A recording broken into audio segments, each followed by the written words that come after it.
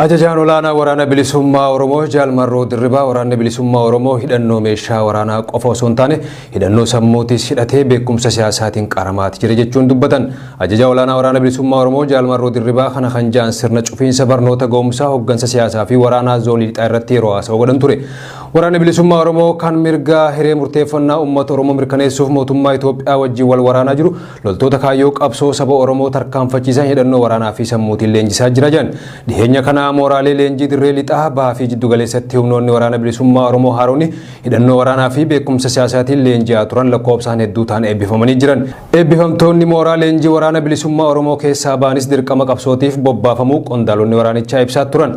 Qondaalonni waraana bilisummaa Oromoo dirree lixaa sirna cufiinsa barnoota ga'umsa siyaasaa fi waraana irratti haasawaa taasisaniin mooraa qabsoo Oromoo keessatti qondaalota afaan qawweetiin qabsaa'an qofa osoo hin taane qabsaa'ota hidhannoo sammuutiin qabsaa'an oomishaa jirraas jaani. Qondaaltota waraana bilisummaa Oromoo dirree lixaa keessaa eebbifamtoonni haasaa taasisaniin kaayyoo qabsoo bilisummaa Oromoo galmaan ga'uuf barnoonni hidhannoo sammuu fi hidhannoo qondaalummaa mooraa qabsoo Oromoo sirriitti barbaachisaadha jedhan. Ajajaa waraana bilisummaa Oromoo Jaal Marroo Dirribaa lammeessaa ammoo gama isaaniitiin yaada sirna cufiinsa barnoota ga'umsa siyaasaa fi waraanaa kana irratti kannaniin qawwee dhukaasuun cinatti hidhannoo sammuu qabaachuun barbaachisaa waan ta'eef waraana bilisummaa Oromoo ammoo kanaaf ga'umsaati jirra jedhan. Waraanni bilisummaa Oromoo beekumsa siyaasaa fi waraana Oromoo Oromummaa fi Oromiyaaf ta'uu barataa jira kan jedhan ajajaa waraana bilisummaa Oromoo Jaal Marroo Dirribaa hireewwan injifannoo sababa adda addaatiin ammaan dura nu harkaa ba'an akka hin uumamneef hidhannoon sammuu akkaan barbaachisaadha ta'uu ibsan. Waraana qawwee hin jilbiiffachiifnee fi beekumsa siyaasaatiin gahoome horataa jirraas jechuun dubbatan. Waraanni bilisummaa Oromoo beekumsa siyaasaatiin gahoomuu qaba kan jedhan ajajaa waraana bilisummaa Oromoo olaanaan Jaal Marroo Dirribaa humna waraanaa sababa qabsaa jiruuf beekuu fi kaayyoo qabsoo sabaa eeguu uumaa jirra jedhan. Rakkoon Oromoo rakkoo dhoksanii bira dabranii miti nuti dhaloota rakkoo kanaaf furmaata barbaaduudha. Dhaloota har'aa kana dhaloota kaleessaa birmadummaa fi walabummaa qabu sanitti deebisuu barbaanna jechuun Jaal Marroo Dirribaa kaayyoo qabsoo waraanichaa ibsanii jiran. Waraanni bilisummaa Oromoo imala qabsoo jalqabe fiixaan baasuuf qabsicha jabeessee akka fufuu waltajjii kana irratti kan dhaamame hoggaa ta'u qabsaa'ota qabsoo irratti wareegamaniifis yaadannoon sammuu taasifameefii jira.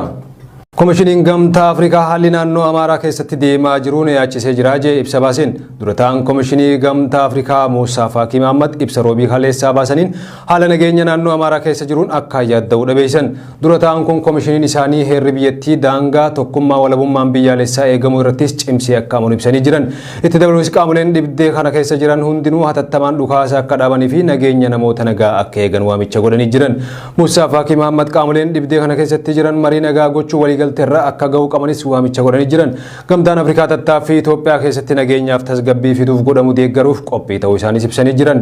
Ibsi Muusaa Faakii Mahammad kun kan bahee mootummaa Itoophiyaa dippiloomaatota biyya alaa Itoophiyaa keessa jiraniif haala qabatamaa naannoo Amaaraa irratti ibsa erga kenneen booda dhagame. Ministeera dhimma alaa obbo Dammaqa Mokonninii fi ministeerri haqaa Dr. Geediyoon Ximaatiyoos haasawaa dippiloomaatotaaf kibxata dabre keessa kennaniin rakkoo naannoo Amaaraa keessatti dhalate mariidhaan furuuf yaaliin godhamaa jiraachuu ibsan.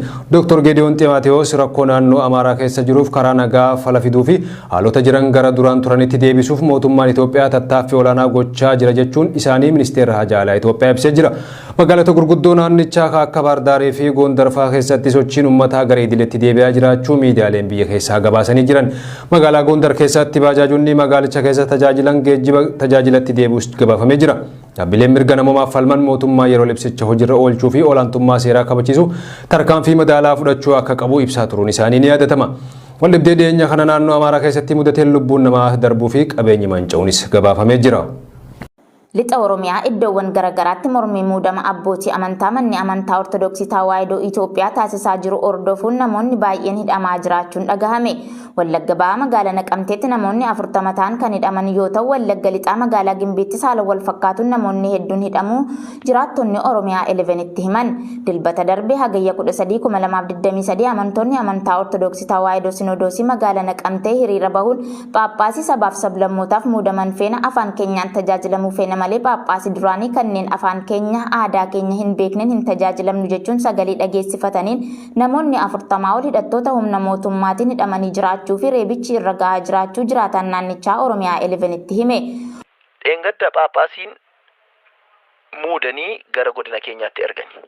Phaaphaasii muudanii gara godina Wallagga Lixaa, Qeelleen Wallaggaa akkasumallee Wallagga Bahaarratti Phaaphaasii muudamee ergame. Paappaasiin muudame gara godina keenya kan ergame fakkeenyaaf kan godina Wallagga Bahaa fi Wallagga Lixaa kan ergamanii Sinodoosii Oromiyaadhaan kan muudamanidha. Akka seera mana kiristaanaa keenyaatti immoo namni muudames yeroo tokko alatti irra deebi'ee kan muudame sunis lamaanuu isaanii maal ta'u jedha akka seera mana kiristaanaa keenyaatti jechuudha. Lamaanuu isaanii taayitaa yookaan aangoo isaanii sanarraati maal ta'u irraatii fudhatama yookaan aangoo isaanii dhabu kan jedhudha. Akka seera mana kiristaanaatti. Akkas jechuun inni muude sunis paappaasii miti, inni muudame sunis paappaasii miti jechuudha.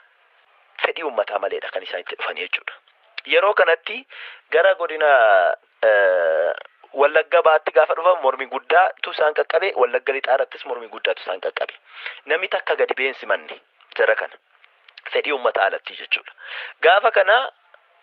Gaafa magaalaa keessatti baanee dhaadannoo jalqabnu magaalaan hidhannoodhaan guutuudha, qaamni hidhatee jiru guutuudha waan ta'eef yeroo dhaadannoo jalqabnu paappaasii sana galchuudhaaf yeroo nutti fidan nuti asii gaditti yaane dhaadannoo jecha qaamni hidhatee nutti fiige gaafa dhiiseetti baqatu humnaan deemanii teessoo paappaasii cabsaniitu seenani.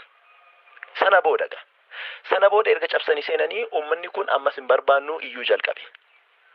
Namoota yeroo sanatti namoota hedduu qabanii hidhanii turanii ergasii hiikamaniiru. Ergasii eessarratti jalqabe kan jettuuf magaalaa Gimbii irrattis Naqamtee irrattis yeroo kanarratti yeroo dhufaati paappaasii sanarratti jalqabe. Warreen hidhaman keessaa addatti dargaggoota lama irraan miidhaa guddaan qaqqabu kan ibse jiraataan kun dargaggoota kana lamaan reebichaan alatti hidhattoonni mootummaa kun fincaanii qaama isaaniitti naqan jedhee jira. Dargaggoonni hidhattoota mootummaa kanaan miidhaan irra ga'ee ajjeefaman jedhamanii darbaman kun maqaan isaanii Daaqon Burqaa Bulii fi Daaqon Taayyee Dastaa ta'uun barameera.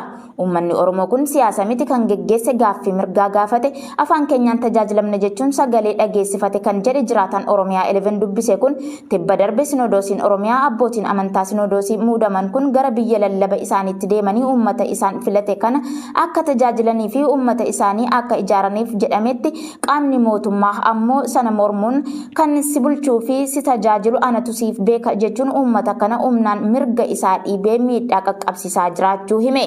Haaluma wal fakkaatuun Wallagga Lixaa magaalaa Gimbii fi Naqamteetti mormii muudama phaapphaasotaa fedhii uummataatiin ala geggeeffame ilaalchisee ka'een hordoftoonni amantaa kiristaanaa hedduun reebichaa fi hidhaa hin malleef saaxilamaa jiraachuu himanii jiru.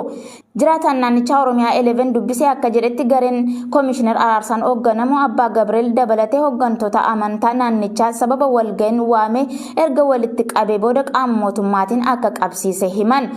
Ayyaana gaafa 27 ayyaanni fayyisaa addunyaa waan kabajamuuf ayyaana kanarratti uummata kana gaafa kana uummanni mormii eegalee jechuudha. Eessatti Wallagga Lixaa magaalaa Gimbii irratti akkasumallee Naqamtee irratti abbaan Iyyaasuu Dambidoollo otoo hin ga'in karaattidha kan isaan qabaman. Karaatti qabamanii sana booddee erga karaatti qabamaniitii booddee naannoo isaan itti qabaman sana irratti mormiin jabaanii mootummaa qaqqabe. Yeroo kana qaamni mootummaa humnaatiin Dambidooloo geessina kan jedhu sobanii da'oo godhanii konkolaataa isaan keessa turan keessa konkolaataa waajjiraa keessa galchanii gara Dambidoolootti imala eegalanii kallattii biraara naannessanii abbaa Iyyaasuu uummata shawwachiisanii fuudhanii ba'an. Abbaan Gabriel immoo uummanni mormee gaafa jedhu qaama mootummaa irraati sagalee wanti tokko dhaga'ame. Sagaleen sunis maaltu dhaga'ame? Yoo isaan tole jedhanii gadhiisan hin gadhiisan taanaan garuu humnaatiin nam kan rukutame humnaan fuudhamee akka ba'amu dhaga'ame. Karaa mana kiristaanaallee seerri cabeera, karaa qaama mootummaallee seerri cabeera jechuudha. Abbaan Gabriel gaafa kana dhagaan uummanni kun harkatti dhuma waan ta'eef jedhanii maal godhanii? Bakka deebiinan dhufaati isaa isin jedhanii uummata kana tasgabbeessanii abbaan Gabriel jechuudha. Isaan asitti afuu uummata gidduutti afuu jibbanii osoo hin taane uummanni kun baay'ee miidhama waan ta'eef yeroo sanatti miirri uummataa baay'ee hamaa ture. Wanti kamitu itti dhufee ta'eeti miirri uummataa baay'ee jabaa ture. Yeroo kanatti abbaa Gabriel qaama mootummaatiin qabanii fuudhaniitu adeemanii abbaa Barsumaallee fuudhaniitii adeemanii namoota baay'eetu miidhame Naqamtee irratti.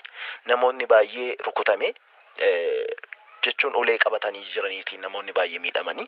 Uummanni naannichaa Abbaa Gabriel gara dalagaa isaanii idileetti akka deebi'an irra deddeebiidhaan xalayaadhaan kan gaafate ta'us furmaata akka hin argatin maddi keenya himeera.